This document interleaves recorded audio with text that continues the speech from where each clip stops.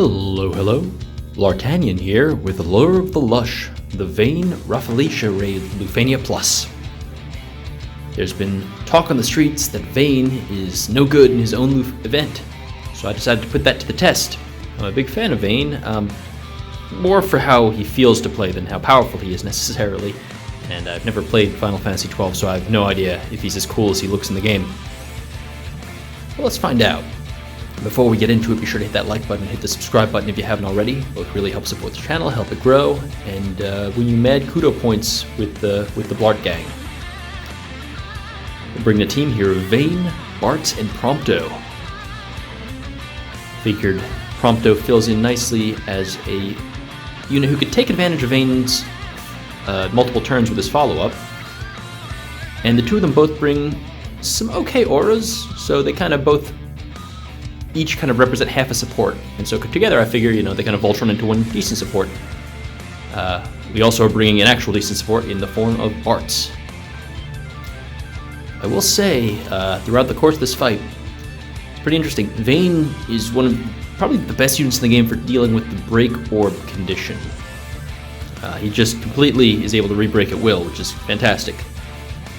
That said, he does put you in danger throughout the course of the fight with his many consecutive turns running afoul of the 12-turn thingamabob, mechanic, whatever you want to call it. So you'll be seeing here several instances of me having to pause and count and be like, wait a second, how are we doing? 12 turns, are we there? The thing is, something kind of neat is with his new LD plus his EX, he has a number of ways to very quickly gain those instant 3 turns in chains, as you'll see later in the fight. So when you want him to really kind of go crazy, he can take a bunch of turns in a row. It's pretty awesome. And from what I can tell, although he does burn through his LD buff quickly and you need to be able to refresh it, I'd say he'll usually have 1, maybe 2 uses throughout the course of a fight of it, just for the sake of getting some bonus free turns if you want it. This is, again, keep in mind this is just based on my experience with him in Synergy. I can't say for sure that'll carry over. This is also a fight with only a 50-turn count, so it's a bit of a race. In longer fights, you may need to be more conservative with that stuff. Meanwhile, you're seeing Prompto here has been pretty valuable, both in terms of his HP regen, his evasion, helping our guys just kind of go nuts in terms of attacking. And that follow-up attack has been pretty sweet for just tacking on some extra damage here and there. It hasn't been doing that much, maybe, an extra 70k a turn or something. I'm sure Core would probably be bringing in more damage, but Core doesn't have health regen, so there you go. Now that we're approaching 80%, I'm going to go ahead and unleash that Bart's Burst attack. My preference with Bart's is to start with the regular burst, so you can use the Burst Plus finisher later in the fight to instantly refresh the BT effect without having to ramp it up to 3 stacks again.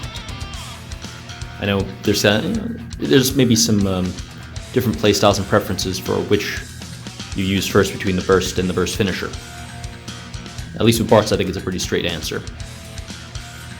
I imagine any stack-based character, Garland, Ace, probably a similar situation, unless you really need the utility that the burst phase provides for some reason.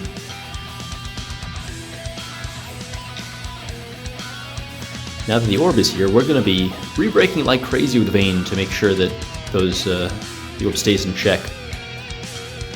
Prompto with that sweet defense ignore. Because why not? His crack shot ignores defense on top of everything else he does. You're also going to be seeing me throughout the course of the fight occasionally just do suboptimal stuff, you would think, with Vayne, in the form of using his EX or LD while in their plus forms, which you normally don't want to do because you could be using them to refresh the stacks as opposed to just kind of, extending them. The reason I do that is obviously because I'm nervous about running afoul of the 12-turn thing, and I don't want to get too many 3-turn chains in a row. One thing this fight taught me is that counting is hard. Black Cloud had said it would have been convenient if they had included a counter or something so you didn't need to keep track. And I agree, that would have been nice. Obviously not essential, but The issue I find is, in addition to just kind of keeping track of things like A's and calls and things, you have to keep track of both bosses, so if their turns end up getting split up at any point, that's twice as many calculations you kind of have to make in your head in terms of keeping track. Granted, you could also just like run an off-turn like Beatrix Ace team and be off to the races there. That is probably honestly the ideal way to go. But we're not here to be ideal. We're here to use Vayne in his own event.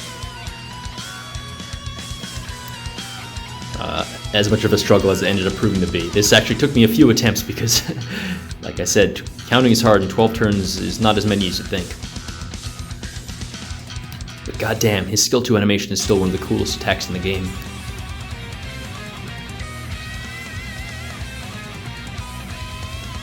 The key to using Vayne in this fight, as you've probably picked up on by now, is to spam his free break attack in such a way that it keeps the enemies just kind of juggling the turns between each other as opposed to pushing them back. That way they actually get to take a turn, and there you go. Prompto here has been very handy for keeping the team generally safe.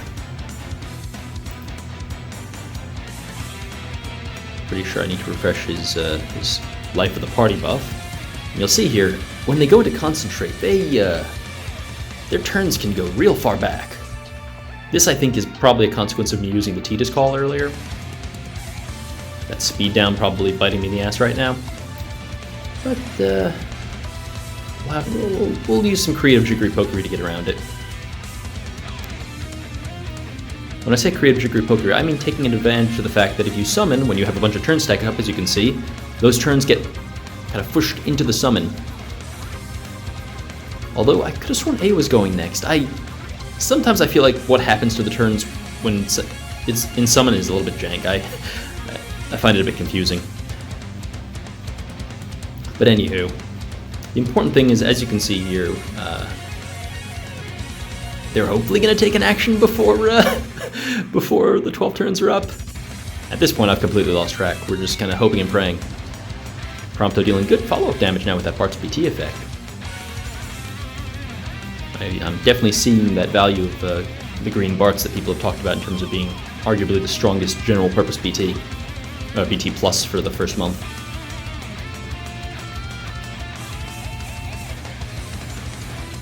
As much as I enjoy Vayne, I can't imagine his BT Plus providing the same level of value that Bart's is doing right here. So, what are we gonna come on here? We're very nervously eyeballing that boss A, because that's very far away. I feel like by now he must be 12, right? I don't know, this is kind of awkward. No, and Prompto just turn jumped. This is terrible. Everything sucks. Jesus Christ. Well, at least Reno kept us safe there. As I mentioned, refreshing the Bart's burst effect.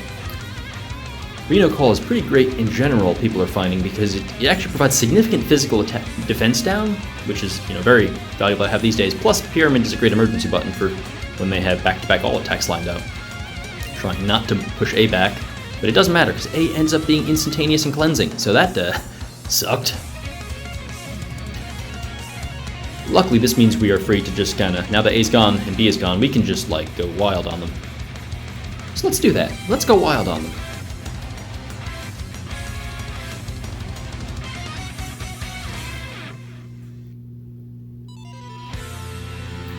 Kind of annoying that we lost our Kurosami debuff and our Reno debuff and just, debuffs in general on A. That's just kind of a bummer.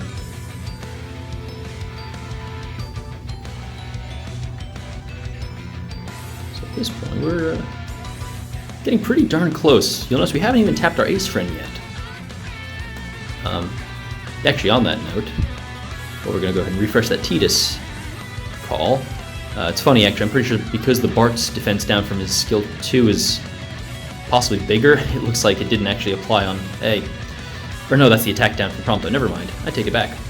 Anywho, we're bringing in Ace Friend now, just in time to drop his LD so these guys can flip the card. Because now we have about 12 turns to kill them, not counting Vayne's free turns, of course. So I think it's time that we start no turning them. Vayne is finally allowed to be himself and cut loose. Because with Ace on the field, we're going to be doing some pretty good stuff to these guys. Just checking the HP requirement there with Bart's, we are good. You're going to see what I mean when I say Vayne can take a bunch of turns. I'm pretty confident we can probably kill these guys within the next 12 actions with Bart's BT effect, Ace LD, and Vayne with his synergy bonuses just kind of going crazy. We were able to refresh Kurasame even, so feel pretty darn good about myself right now, let me tell you.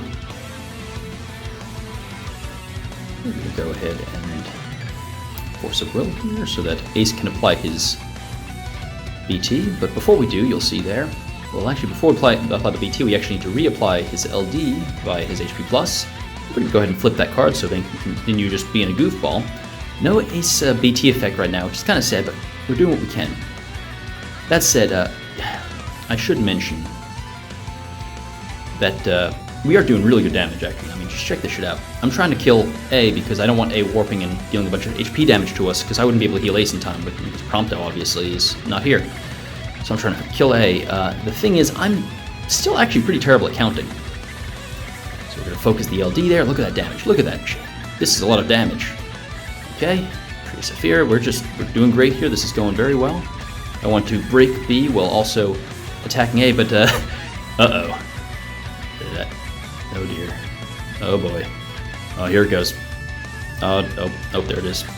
Oh, hey, Well, that solved itself. So yeah, there you have it. They warped and took so many blind stud traps that it actually killed A before it could blow us up. So there you go. That was dumb. I definitely planned it. Wasn't random chance at all. Stupid, just absolutely idiotic. Anyway, I hope you enjoyed. Thank you for watching to the end. I need to fix my Prompto arts. What the shit? Anyway, I'll see you in the next video. Adios.